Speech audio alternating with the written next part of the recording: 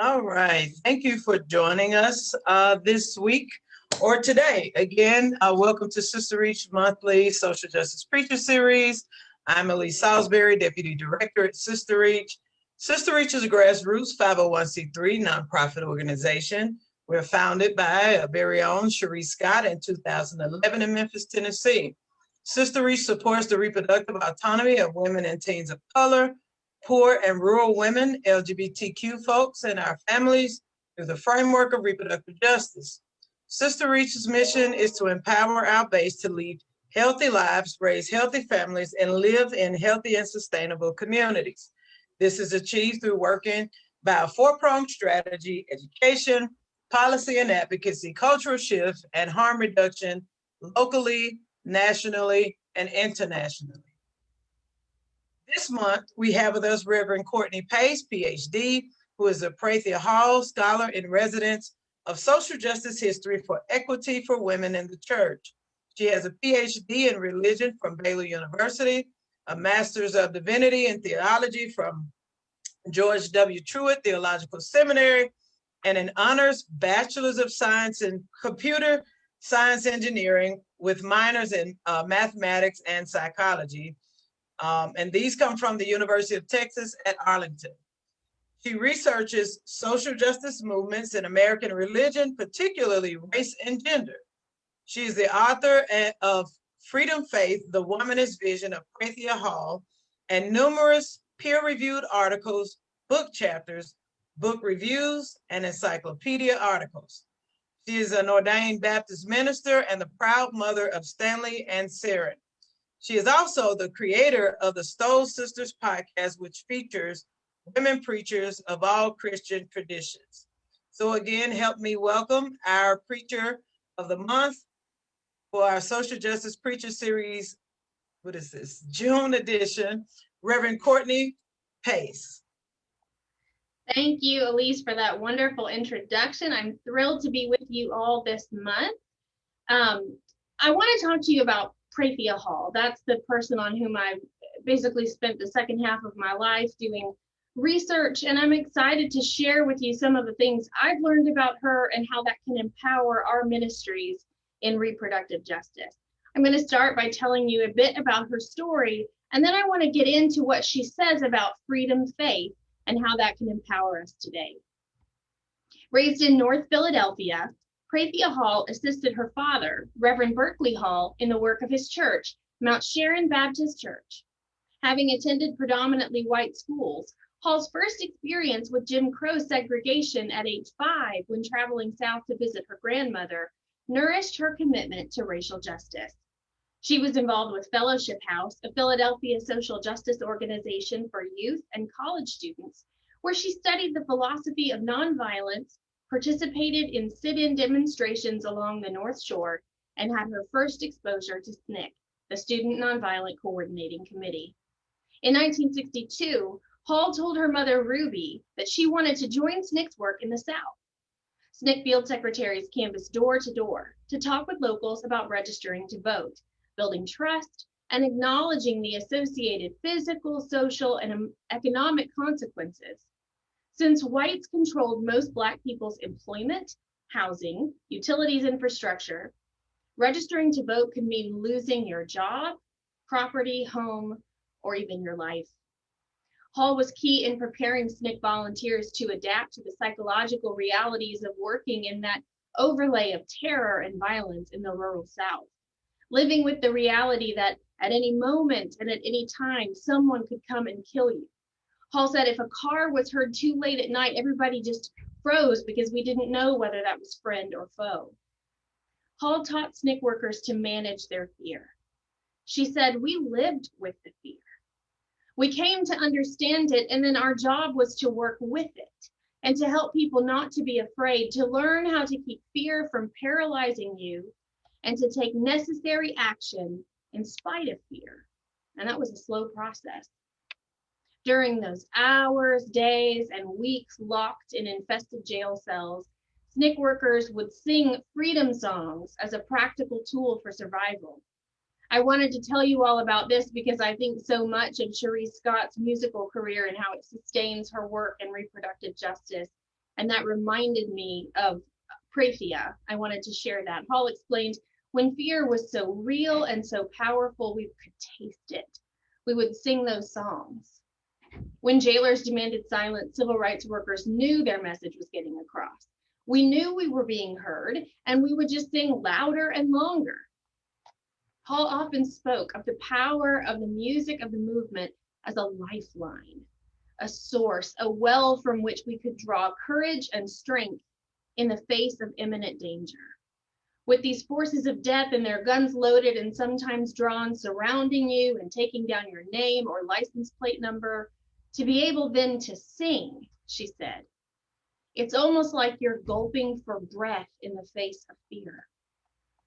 On August 30th, 1962, a Sasser, Georgia deputy shot at the vehicle carrying Hall. The officer accused them of speeding, and Hall looked him in the eye and said, "We're talking to people about registration, and you have no right to stop us." Enraged, he pulled a gun on them. Hall described going numb. "If I had moved one muscle," she said, "I would have given him the excuse he wanted to raise the gun point blank and fire. I believe my numbness was a gift from God that saved my life.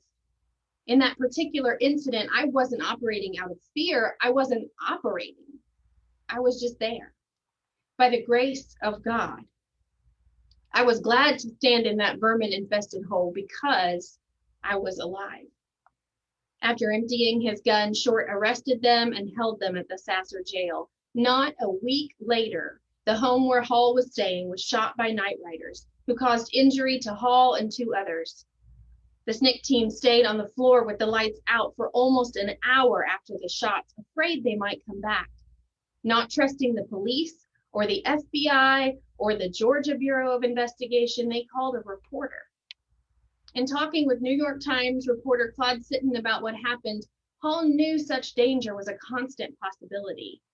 "We'd been warned in orientation sessions not to go into the field unless we were prepared to die." That night, any and all romantic thoughts about our freedom adventure dissolved as we came face to face with the real and present possibility of death. Because of this, SNCC often struggled to find churches willing to host mass meetings. Hall came to understand that profound demonstration of faith made by churches that helped.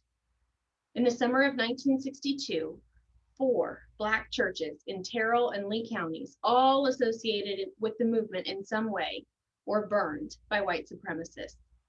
2 churches, Mount Olive Baptist in Sasser and Mount Mary Baptist in Chickasawaukee, were burned the night of September 9th, both wooden, 5 miles apart, within an hour of each other. When Hall and others made their way to the church, there were no firefighters. The church had already burned to the ground. She reflected, as we stood there, more people gathered, members and friends of the church. We held hands together and sang and prayed. As we stood there watching the remains of Mount Olive, a member of the Georgia Bureau of Investigation arrived. I extended my hand and said, "I'm Praphia Hall."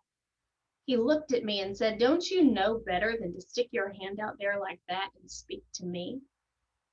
I said, "Don't human beings speak to each other that way?" He walked away saying, "Well, it ain't the way I live." SNCC held a prayer vigil in September 1962 at the ruins of Mount Olive Baptist Church. Sitton reported, as the sun sets across the cotton fields, some 50 Negroes and 2 whites met at Mount Olive for a prayer vigil. Joining hands, they sang softly, "We shall overcome." A wisp of smoke rose from the ashes of the church. The whites in the automobiles that shuttled slowly past looked on and said nothing. After the song, Hall led the group in prayer. "Lord, help us keep our heads up," Miss Hall said, her voice breaking. "Help us, Lord, as Mount Olive, Shady Grove, and Mount Mary churches rise again out of the ashes. Lord, we're going to be free. We want to be free so our children won't have to grow up with their heads bound." According to oral tradition, throughout the prayer, Hall repeated the phrase, "I have a dream," of her vision for racial equality and justice. Although Sitton did not include her entire prayer, he was obviously moved by the power of her words to record significant portions of it. Sitton did not include any text from Martin Luther King Jr.'s remarks at the same vigil, nor did Sutton customarily quote prayers at all. Given that Hall and King knew each other through Fellowship House in Philadelphia and shared similar theological and philosophical convictions about the movement, there's little surprise that King recognized Hall's giftedness as an orator and movement leader. King and Hall grew up in Atlanta and Philadelphia, respectively, as the children of preachers and educated in predominantly white schools. They both participated in debate competitions sponsored by the Elks and Masons. They were trained for the civil rights movement in similar ways by Marjorie Penny, a Baptist woman who organized Fellowship House. We can add that to the list of things Baptist women have done under the radar. Hall and King interacted on numerous occasions through the Albany Project, including the first anniversary celebration in 1962, for which they were both speakers, and the 1962 prayer vigil following the church burnings in Southwest Georgia. They continued to share speaking platforms as long as Hall was in the movement, and King referred to Hall as the one platform speaker I prefer not to follow. They did preach together often, including at a Methodist church in Chicago on August 27, 1963, the night before the March on Washington. Hall could not get to Washington in time for the march, so she watched on her hotel television. Hall was an extremely private person and would not have been one to boast such a claim to fame. She barely admitted her involvement when asked bluntly by close friends, due to her modesty and high regard for King. She did acknowledge, however, that she had first used the phrase, that King had sought her permission to use it, and that she admired how he adapted the phrase into his own preaching, that, as she said, he did far more with it than I ever could. I have a dream. The prophetic line of the most significant sermon of the 20th century came from Prathia Hall. You may have seen this mentioned in the Black Churches documentary, which was recently released. That was drawn from my work, and I encourage you to read Freedom Faith, the Womanist Vision of Prathia Hall, University of Georgia Press, 2019, to learn more about her life and how she shaped the Black church in the 20th and 21st centuries. Do you remember that Sasser deputy who shot at Hall's feet? In January of 1963, Hall again made history as the first Black person to sue for police brutality in the state of Georgia. He pled not guilty, and after 20 minutes of deliberation, a 12-man all-white jury acquitted short of all charges. One of Hall's most enduring legacies was her prophetic womanist ministry. Before the term womanist existed, Hall was modeling womanist preaching. She centered women's narratives in the text and highlighted Jesus as a liberator, working against oppression over anyone. She rejected patriarchy in the text, instead using the text to demonstrate equality, justice, and the necessity of commitment to liberation. By combining the best of the Black preaching tradition with an unwavering call to womanist liberation, Hall demonstrated that salvation is not merely the deliverance from sin or personal salvation, but is living in opposition to systemic oppression so that all may be delivered. In other words, social justice. Hall's preaching bridged personal faith and social justice seamlessly, rooted in her belief that the gospel demands both. She was one of the earliest voices to advocate for the full equality of all people, arguing that unless preaching addressed personal salvation and social justice, the church had failed to proclaim the gospel. She said, for whatever it is that we who mount the sacred desk do when we come to the pulpit, if it is not good news to the poor, if it is not deliverance to the captives, if it is not sight to the blind, if it is not freedom to the oppressed, it may be sweet, it may be eloquent, it may even be deep, but it ain't preaching. Anything which worked against the liberation of all people was, as Paul described, bondage doctrine. Anything which undermined liberation for anyone kept them enslaved to patriarchal dominance, inclusive of racism, sexism, classism, ableism, ageism, heterosexism, and the like. Hall's understanding resembled what Kimberly Crenshaw would later dub intersectionality, or the compounding impact of multiple forms of oppression. In particular, that Black women didn't merely face racism and sexism, but racism times sexism times classism. When people of faith perpetuate this patriarchal dominance, they trade the gospel for power and teach the oppressed to limit their own spiritual imagination for how God might use them. What Hall later called pathologized oppression, this voluntary self-dehumanization, morphed into an internalized self-hatred wherein the oppressed learn to oppress themselves. She told a reporter, ministers have a responsibility to stand against racism, sexism, ageism, all the isms that put people down. It's not a ministry if it doesn't liberate us, she said. Hall also believed that clergy might allege that congregations were not ready for inclusivity when those leaders were actually the ones not ready. We know sexism includes patriarchy, transphobia, heteronormativity, and all other forms of gender-based oppression. Hall compared this scandal of sexism to racism and classism as another idolatry. Churches defy God and curse Christ in their bigotry because they worship the idol of their own prejudices and then dare to blame that on God. She was unambiguous about her urgency. Sexism in the church, she said, represents a theological scandal. Human devastation. Just like the racist lie, sexism distorts the humanity of victims and perpetrator alike.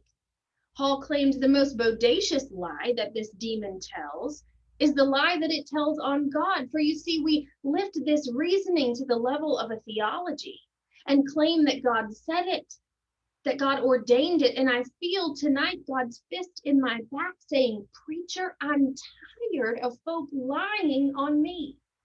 The living God is not a bigot. While Hall affirmed the separation of church and state, she insisted that Christians had the freedom and the responsibility to speak within their contexts with prophetic witness in activism and advocacy for the full liberation of all people.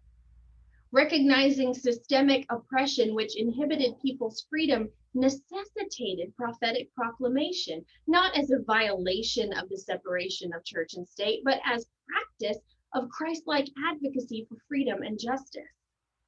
Separation of church and state doesn't mean you keep faith and reality completely separate. If you read any sacred text, most of its contents are people praying about and responding to what's happening in their world. For Hall, the epitome of the gospel was freedom faith, that God wants everyone to be free and equips and he empowers those who work for liberation and justice. Anything which denies someone basic human freedoms and therefore their ability to make their own choices is anti-gospel. Reproductive justice is part and parcel then with freedom faith. People must have absolute freedom to name their own embodiment, choose who they will love, how they will express that love, choose if, when, and how they build their families and flourish as their true selves. This new relationship within humanity must be at the center of the ministry of freedom faith, if we're to equip our families and our young people in particular to face together the challenges of the struggle for the survival and liberation of Black people. True freedom faith required the complete elimination of any extant oppression within the church. Hall labeled this process chain removal, confirming the absolute incompatibility of oppression or injustice with liberation. Hall insisted that biological limitations were bigotry, imposed by humans and blamed on God. For churches to mediate the struggles of the people for freedom and liberation, they must accept whom God has called in their particular sacred embodiment and celebrate what that person has to offer the community. In order to be faithful witnesses to the liberating gospel, the church must be inclusive. And this inclusivity isn't where majority allows others to join, but where all are central, where all are beloved, where all share in resources and influence. This compels us as clergy committed to a liberation gospel to advocate for reproductive justice. Freedom faith can't exist where people don't have bodily autonomy. Limiting, or as some want to do, eliminating access to reproductive health care is equivocal to a death sentence because it defuturizes people. And it does and will continue to most profoundly impact those who are already the most vulnerable among us. How can we ask someone to keep living in a body that they know was assigned the wrong gender at birth? How can we ask someone to only use birth control or safe-sex methods their employer is comfortable paying for? How can we force women to bear children they know full well they do not need to carry? Why should any of us have the authority to make those kinds of choices for other people?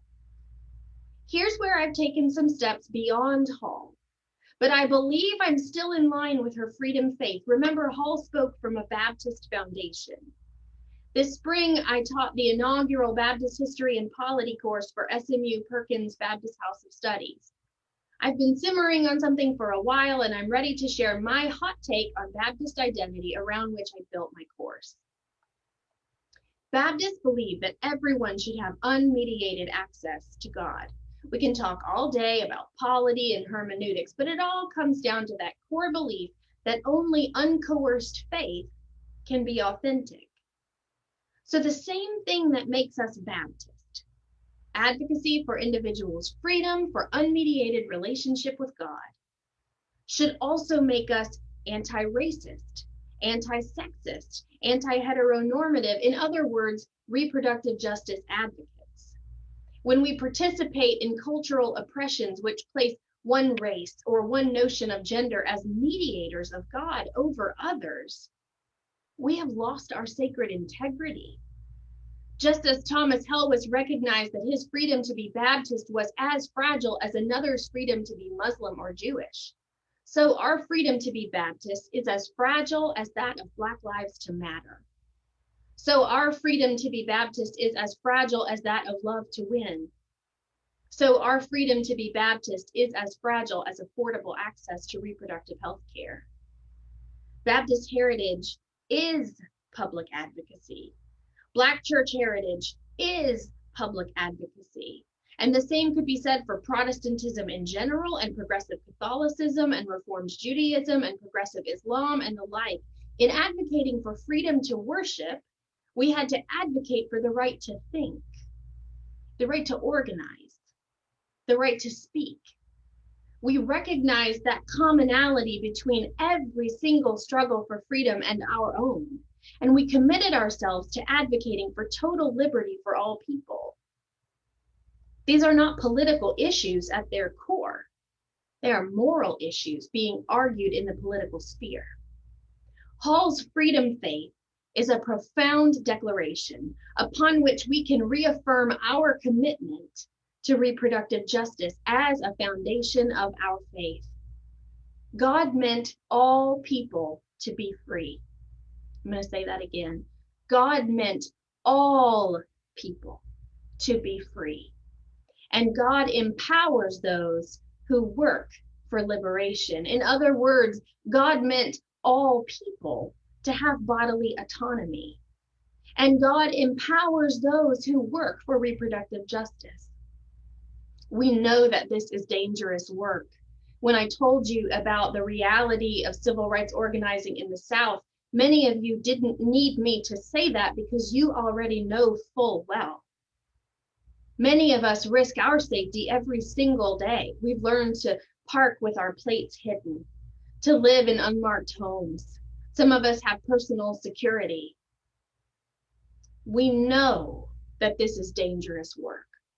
And we know that there are others who are determined to vilify what we do, oppress our communities, and blame their bigotry on God. Be encouraged, my friend. For the God who has called us to this work is equipping us and empowering us as we go.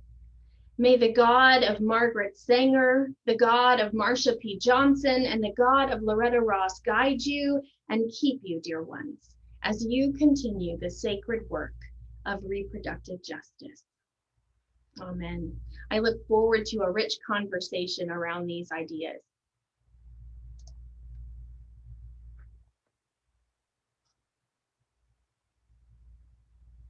Wow. Such an awesome sermon, because you preach that. You preach that, Reverend Pace. You preach that. I want to say there is much about Reverend Hall that we are not told, that we are not taught, right? It's a name that actually I'm recently hearing about. And the works, right? That and the things that she experienced, even what you mentioned today, absolutely coincides with the lives, of course, of Black women who put our bodies on the line for this work, as well as our allies, right? And so many of the things that you mentioned absolutely hit home. But one of the things that you mentioned, and something that Reverend Hall said was, well, first, let me mention what you stated about Baptist identity, because that was the bomb. I think that was amazing. That Baptists believe that we are to have unmediated access to God, and uncoerced faith is authentic. But many of the times that, you and I are on the lines, right?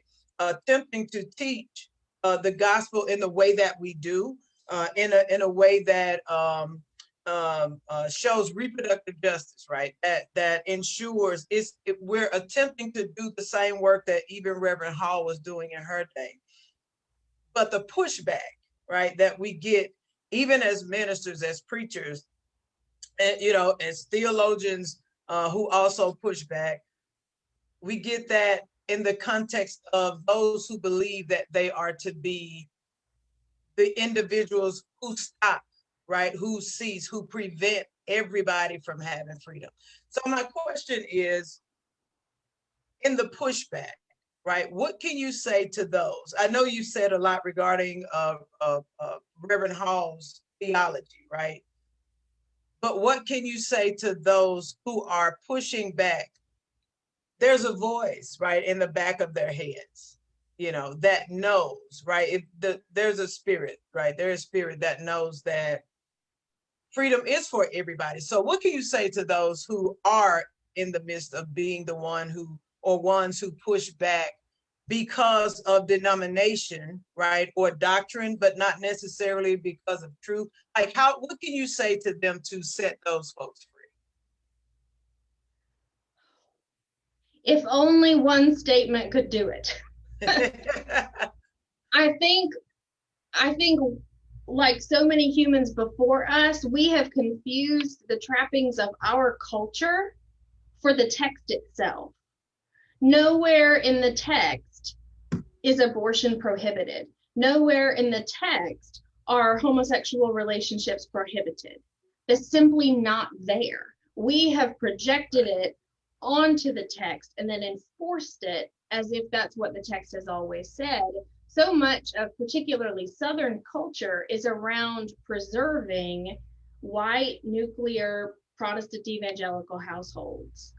That doesn't represent who the South is now. That it really never has. It's this idea that the South is holding on to, and it's gotten all mixed up with Christian expression and Christian mission, and it's become more like cultural oppression than any authentic faith. And I can't have enough benefit of the doubt for people to say those who oppose reproductive justice, someplace in their mind, probably think they're doing the right thing. In their theology, they're preserving something that they perceive being threatened or attacked or distorted in an inappropriate way. And so here's where I would try to offer them some comfort. We live in what is supposed to be the freest country on the planet. And that means that no one can make you do something you don't want to do. So if you believe that life begins at conception, then keep all the children you conceive. No one will make you do otherwise. If you believe sex should only be between a man and a woman in the context of marriage, you can choose to live that way. What you can't do is tell other people what they can and cannot do. So if you know in yourself that your identity and your gender assignment match, that's great that you know that, but that doesn't mean everyone feels that way and that everyone needs to live like you do. And so the reason I bring up separation of church and state is that those most conservative, when it was convenient, argued for separation of church and state because it allowed the preservation of their culture mislabeled as religion. And now that it's convenient, they are trying to legislate their particular theology to impose it on others. We do have to have some common ground where we agree on what is moral and immoral, but it's just none of my business what you or anyone else chooses to do with your body or your medical care. And I think a really helpful analogy is the way we look at palliative care versus treatment. So let's say you have someone in your congregation who has a form of cancer that's treatable, and they've opted for palliative hospice care instead of radiation or chemo. Now, at that level, it looks like they're choosing death over life. And it should raise all those same triggers that go nuts when anyone talks about not continuing a pregnancy or using birth control or gender correction surgery or anything like that. But at the end of the day, it's nobody's business what treatment that patient has except for that patient and their physician. They need to decide, and the work of the community is to love and support the decision. That doesn't mean every decision made will still be what they would have made 5 or 10 years later. Maybe it is, and it can go in every direction. What we're called to do is love our neighbor as ourselves and trust that just like God has given us free will, God has given them free will. Our job is to love. We don't need to make ourselves a mini God over other people on God's behalf. We need to just love one another and allow God to be God. Absolutely. Thank you so much. And to those who may be new to the term reproductive justice, I want to give a little bit about what it is. Reproductive justice is a framework that was crafted by 12 Black women. It is basically the human right to have personal bodily autonomy, the right to have children or not have children, to have the necessary social supports, right, to support either decision. It is also the right to parent the children we have in safe and sustainable communities. So basically, again, it's giving all of the necessary supports to individuals and groups of people that would help us all live in what our CEO likes to call abundant living, having everyone having access to abundant life, right? And those individuals getting to inform what abundant living is for them or what abundant life is for them. And so I just wanted to give that a little bit of what reproductive justice is for those who are watching who may not know. This may be their first time hearing that term. But thank you so much for that answer. And absolutely, you know, there's so many of us, and I come from a traditional holiness background, right? So it was the what you can do, what you can't do, and you better not do. I also believe that, you know, morality is relative, right? It's relative based on who you're talking to. It's relative based on the denomination that you're a part of or the religious, you know, person's religious beliefs. And so in all of those things, reproductive justice also even brings us back to the middle on that. So I don't see any questions in the comment section.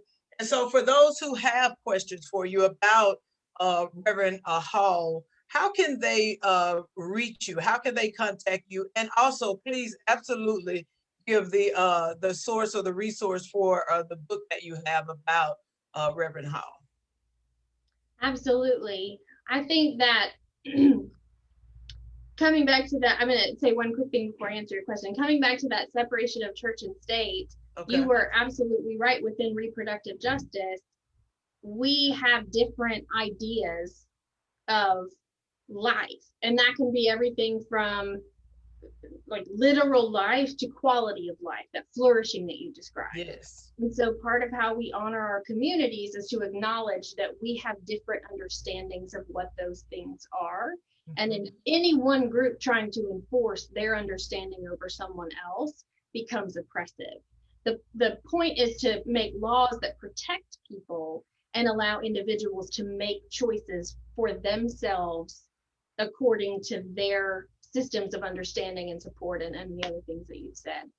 You can find more about Reverend Dr. Prathia Hall in the book Freedom Faith, the Womanist Vision of Prathia Hall. It's available now on hardback through University of Georgia Press. You can order it through the publisher or through any major bookseller. In November, it's coming out in paperback. It will be more affordable, and I encourage you to use that. It'll be an excellent Christmas gift for someone called to ministry, someone who's wanting to know more about how to affirm women in ministry or affirm intersectional justice as a lens for preaching.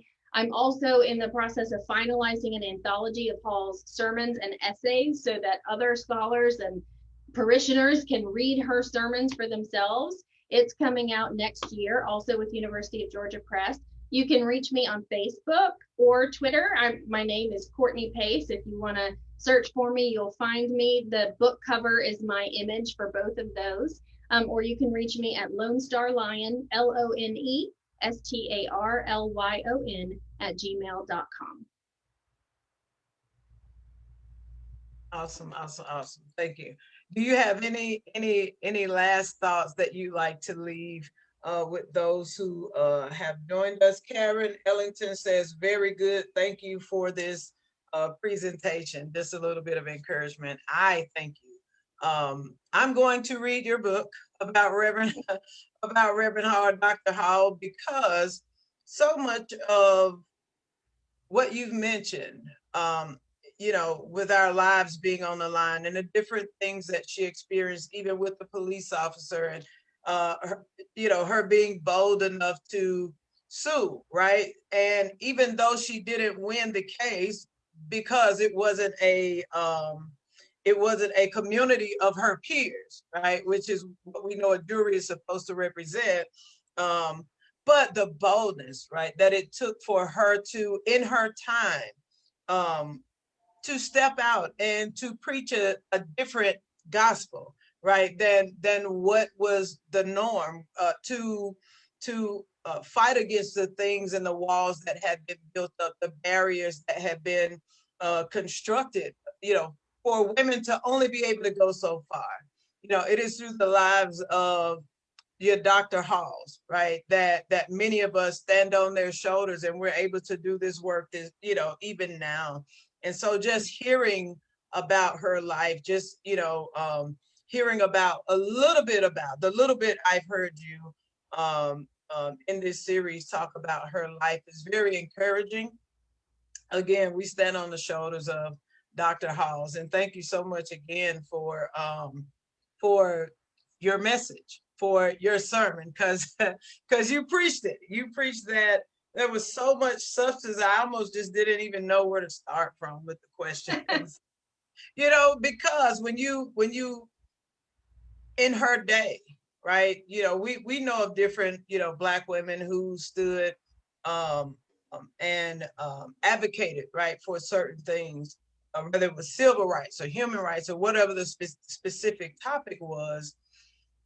But to hear her strength, through the things that you've lifted up, to hear her say, basically, us putting ourselves out there, if you're going to put yourself out there, then you have to be in a state of preparing, or at least being ready to possibly lose your life, and this still being our reality, even in conversations around, womanist theology. Folks are like, what is that?